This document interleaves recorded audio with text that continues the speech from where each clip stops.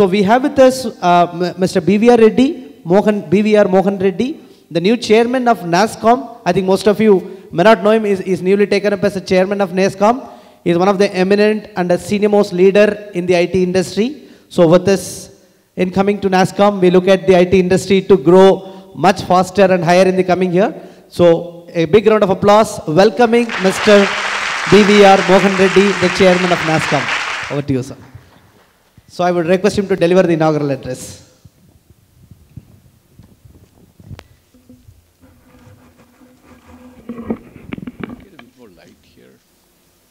So very good morning to all of you, ladies and gentlemen. I'm very delighted to be here this morning.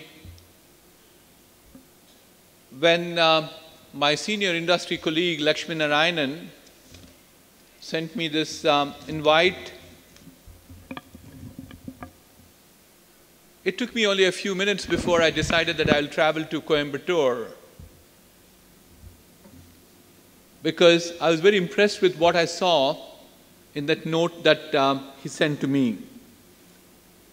He said the ICTACT Academy has been set up towards developing the next generation education ecosystem. It also said that the conference theme was Innovate India for Make in India. You look at the 5 objectives that were there. It talked about innovation for biggest competitive advantage, bringing global recognition to Indian economy, enhancing productivity, job creation, and finally it said boosting national economy. Out of these 5 objectives that you have laid out, 2 of them are already achieved by the IT industry in this country. If you look at the enhancing productivity, improving quality, growth, and so on and so forth through innovation, I'm sure some of you must be familiar. At one point of time, the highest level of quality certification in this nation, which was SEI, CMMI, level 5 certification, 10 companies in the world had this certification, and 9 out of the 10 were from India. True reflection of how well the IT industry has done in terms of quality, productivity, and so on and so forth. And in terms of global recognition for the Indian economy, the fact that 55%, I repeat, 55% of global outsourcing work comes to India. And it has been only growing from year to year. Again, something which the ICT industry has established over the last 25, 26 years of its existence. So what was left behind in that list of 5 things? There's 3 more things that were there. One said innovation to do job creation. The second one is how do we leverage innovation to India's competitive advantage. And finally, I'm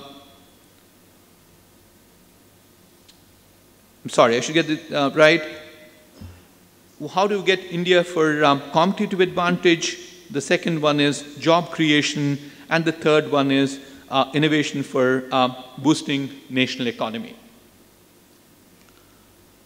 And innovation is something which is very dear to me, and therefore I'll come to these 3 areas. A, job creation. B, how can it become a social leveler? And C, how can we see more amount of competitive advantage out of India? Innovation, as I said, is very dear to my heart, and I believe that this innovation to me is not a flash of brilliance.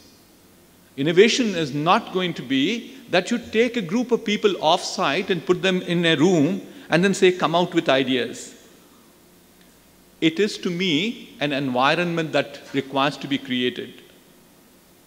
And to create that environment, to me, there are certain amount of human attitudes and beliefs, which I call them as the 5 core values of innovation. What are the 4 core values I believe in? One is that we should definitely question the status quo. If you continue to believe that what's being done today is the best, and we just need to follow that, there's no innovation that would happen. The second is, we need to definitely bring in an attitude, a value with our people of taking risks. Risk-taking ability has to definitely increase. We are a society, we celebrate all our achievements. In my company, we also celebrate all our failures. Failures are great lessons for future achievements. If you don't fail, you never will achieve. If that was the case, every company in this world would have been successful by now. A third value, I believe, is that innovation will happen only with openness.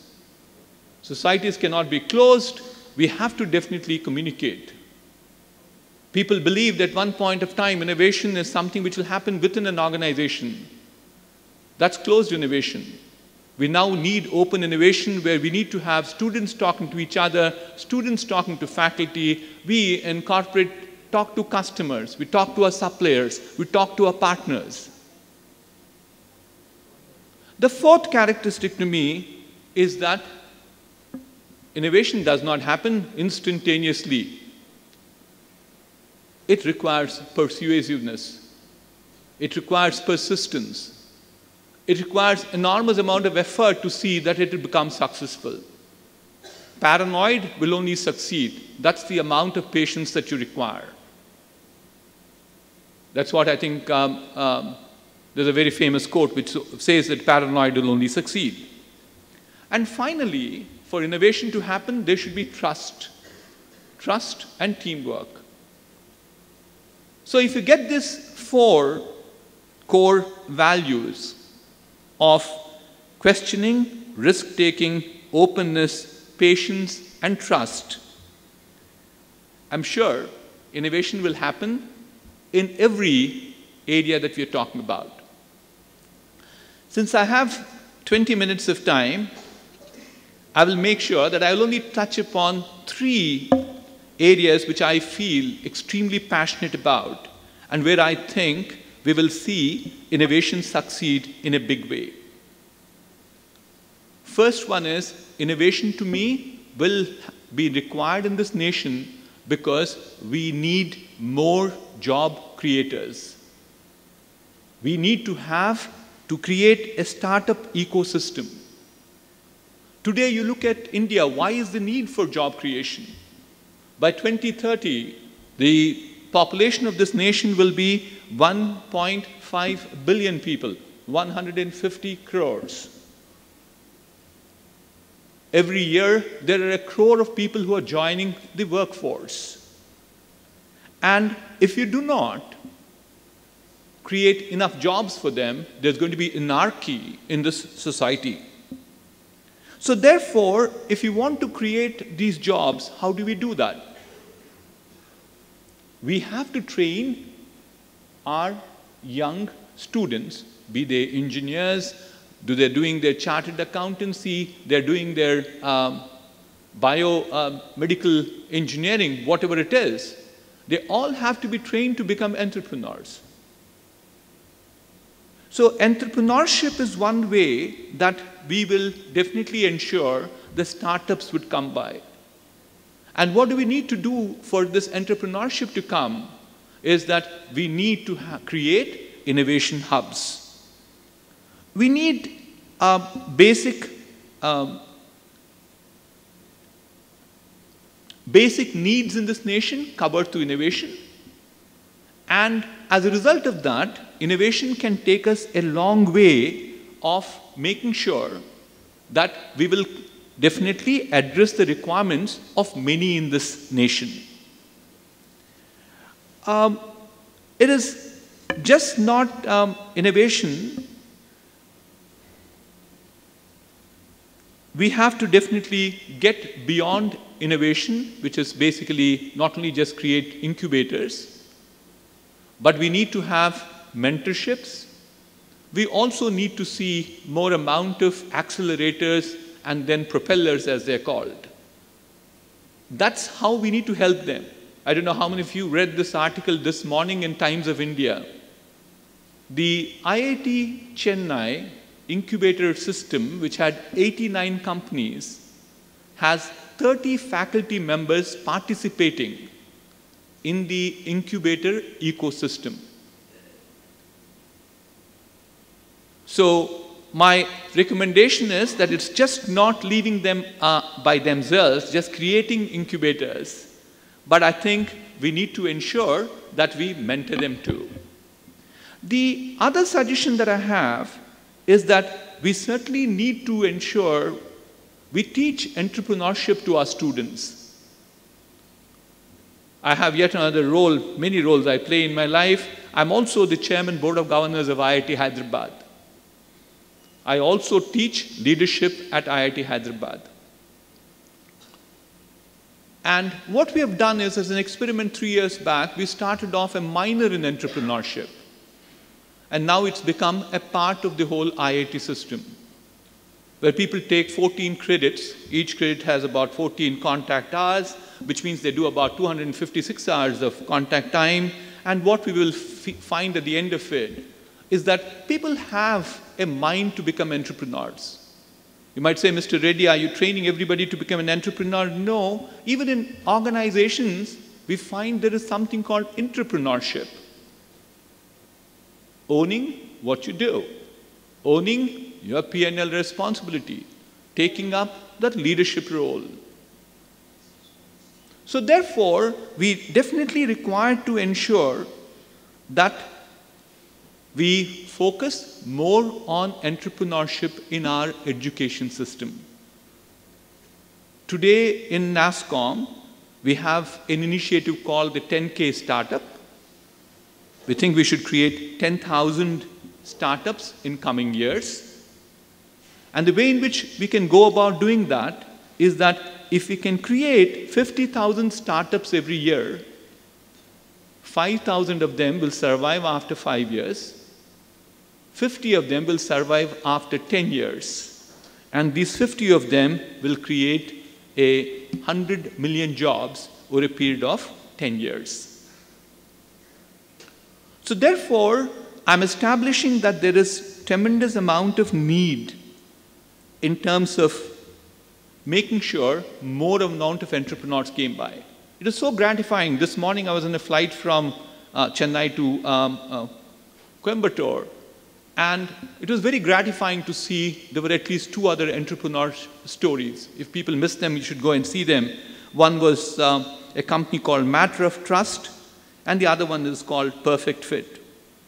One was a women entrepreneur called Nidhi Agarwal, and the other was Sham Nandan, basically trying out new ideas for creating more amount of jobs, more amount of ease of doing business, because one is in the services of recommending shops and businesses, the other was in online apparel store.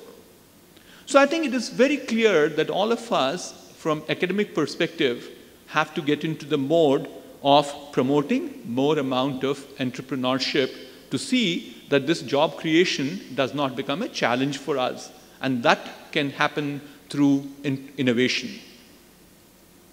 My second part is all about technology.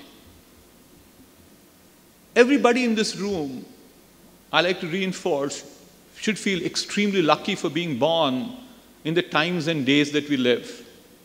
This is an age and time where we have seen tremendous amount of change in terms of technology. What are we seeing further? That number one, change is constant. Number two, the pace of change is increasing. And number three, predictability of change is decreasing. But if you look at this combination of these three things, change being constant, change, velocity of change is increasing, predictability is coming down, that leads into a thing called innovation. I can talk endlessly about type of things that are happening, but few things to touch upon. I'm sure all of you hear this word called SMAC, social, mobility, cloud, and analytics.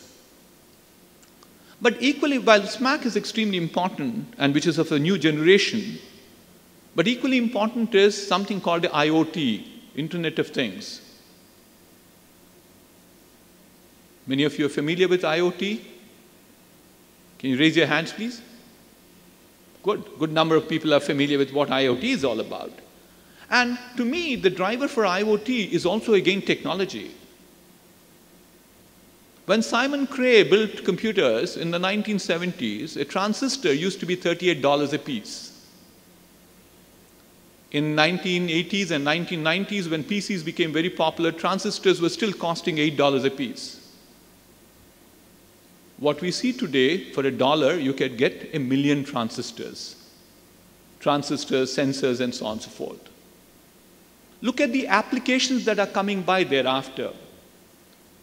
You look at this wonderful device called the mobile, and that too smart mobile, 300 million of them in this country today.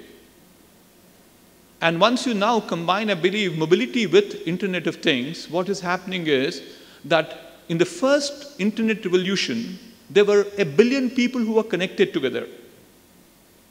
They were all human beings, fixed line connectivity. In the second Internet revolution, because of mobility, 2 billion people started getting connected together. With Internet of Things, with smartness that goes into these sensors, transistors, you'll have 20 billion people connected by 2020. And so there are technologies like digital wallet, which the Prime Minister will launch. We'll also do a major event with the Prime Minister, I believe, on first Wednesday. I won't talk about it at this point of time, but these technologies today, if you look at it, can be extensively used to bring about social change. Look at applications like healthcare. In healthcare, the amount of specialization that's required by a doctor will come down, because doctor can remotely manage many more patients than he can do today. With Internet of Things, you don't require the trained nurse. The parameters, the critical parameters of a patient are monitored, and they go beyond the norms. You're certainly finding them. Finding an alert to the doctor who is at a remote location, who thereafter can ensure that there is an appropriate action being taken. So also in agriculture, today with Internet of Things, you could control the humidity, the soil constituents, the type of water requirements it has, or when the fruit is ripe or the vegetable is right to be plucked out of it. And as a sequel of this, whether we are talking about financial inclusion, that's the digital wallet, which is again because of technology. Tremendous amount of benefits that will accrue to the developing nations, because we have an advantage of not going through a number of steps as what has happened in the past. We leapfrog ourselves compared to what it was in the past. So the result is that not only we have financial benefits because of technology, but we will also have a bigger benefit, which is going to be a social equalizer, a social leveler. Technology, which is driven by innovation, will be a key driver for getting equity into this society. So my 3 takeaways for you on technology is, I think we should definitely teach in our schools. in our engineering colleges, in various different colleges and universities. Certainly, how do we apply this technology to bring in the social change? Millennium goals of saying that WASH, they're called, what is it, water, WASH is water, sanitation, and hygiene. That's extremely important for this nation. If no more than half of the people do not even have their washrooms, there is a challenge. If these are the number of suicides that get collected in agriculture, I think there is a challenge, there is a technology requirement. And a third area is about removing intermediaries. I think one of the key reasons why I think our economy suffers between the producer and finally the customer is because there are too many intermediaries. May not be a very popular or politically right example. Let me give you an example of Uber. What did Uber do? Removed all intermediaries. There is car, there is a driver, and there is a customer. But the intermediary has gone. Convenience has improved considerably. So what will happen thereafter, therefore, is that the innovation in terms of digitization, according to me, will dematerialize this world. Uber does not own cabs. Airbnb does not own hotel rooms. So therefore, the second thought I have, pardon me, sir, can I take 5 more minutes? Yes. So the second thought I had for you is innovation could be a social equalizer.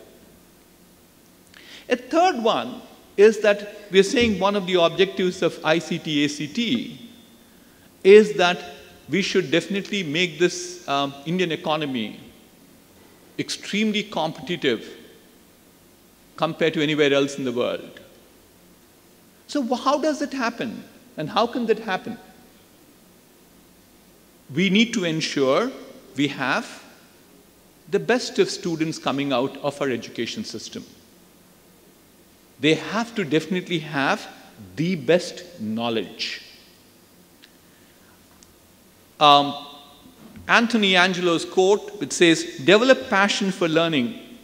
If you do, you will never cease to grow." So therefore, learning to us is a continuous process. We continue to learn day in and day out. That's what we preach in our corporate world. But I think we need to get innovation into learning too, to make sure that the student becomes much more knowledgeable. No denying at all, we can talk about a laundry list of challenges that we have. Faculty shortage that's there in this country. Equipment shortage is there in this country, and so on and so forth. But I think all these can be addressed. And to me, innovation is a way in which we can make it happen. In the past, when somebody in the last 2 benches of your class was playing Chinese checkers, people typically felt this young man or the young lady was not interested in your class. But the current thinking is that if this person is playing Chinese checkers in your class, you're not making the class interesting enough. It's the onus doesn't lie with the student any longer, but the onus now lies with the teacher. I'm sure several of you are familiar with MOOCs. It does have challenges. We've done a lot of research into MOOCs of the recent past. But still, to me, that's one key enabler which will resolve many of our challenges in this nation. When we have such low teacher-student ratio, there may be a few blessed people like the IIT system. I run IIT Hyderabad, where we now have, I believe, the faculty-to-student ratio is 1 to 11. And faculty is a PhD. That's the minimum requirement that we have. But in other places, we need to use technologies like the massive open courseware, massive online open courseware to ensure we bring about this change.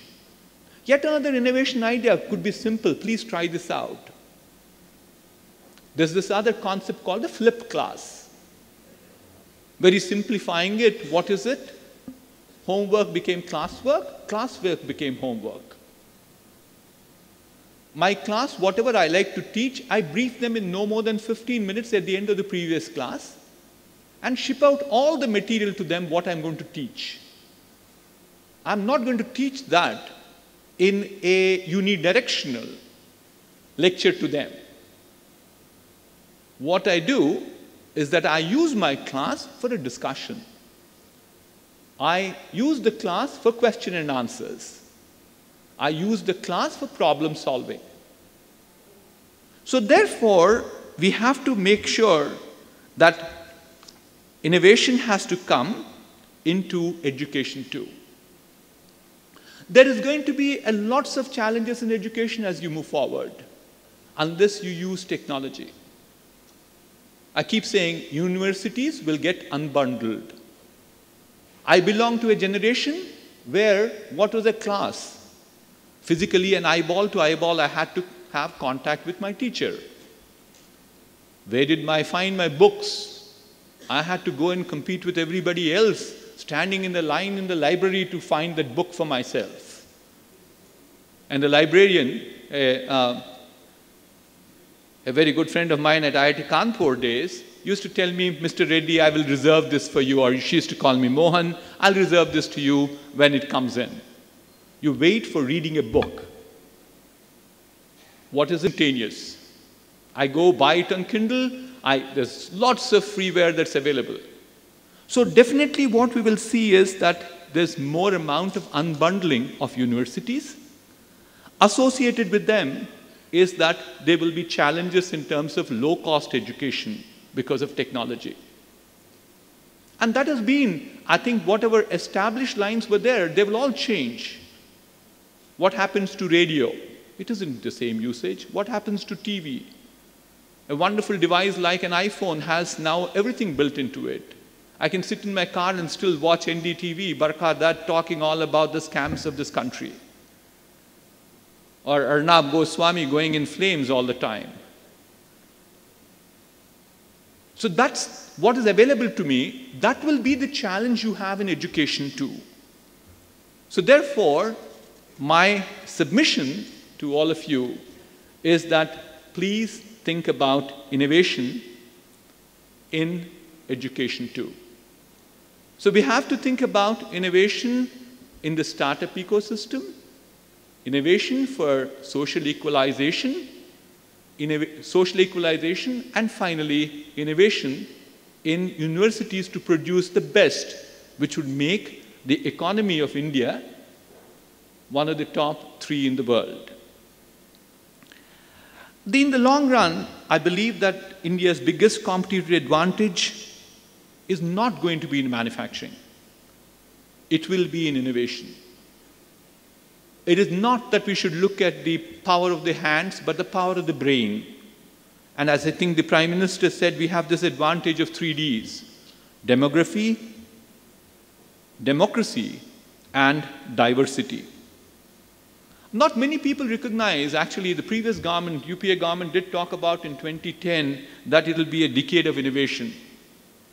I think all of us, though leave apart the governments, they have their own challenges of theirs.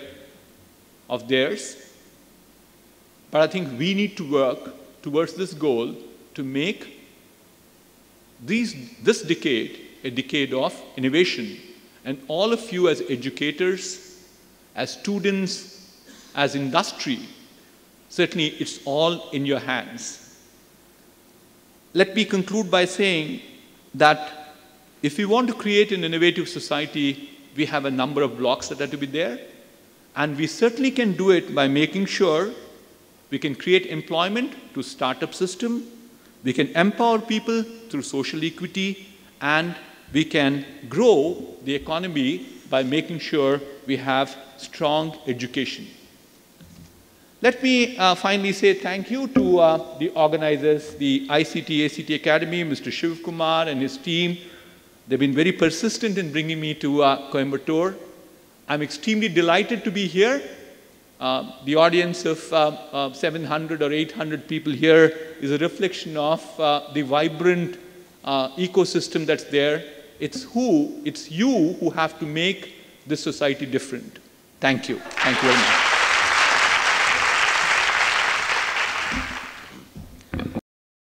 Thank you very much, sir. Apart from this audience who are here, we have lots of logins over the webcast.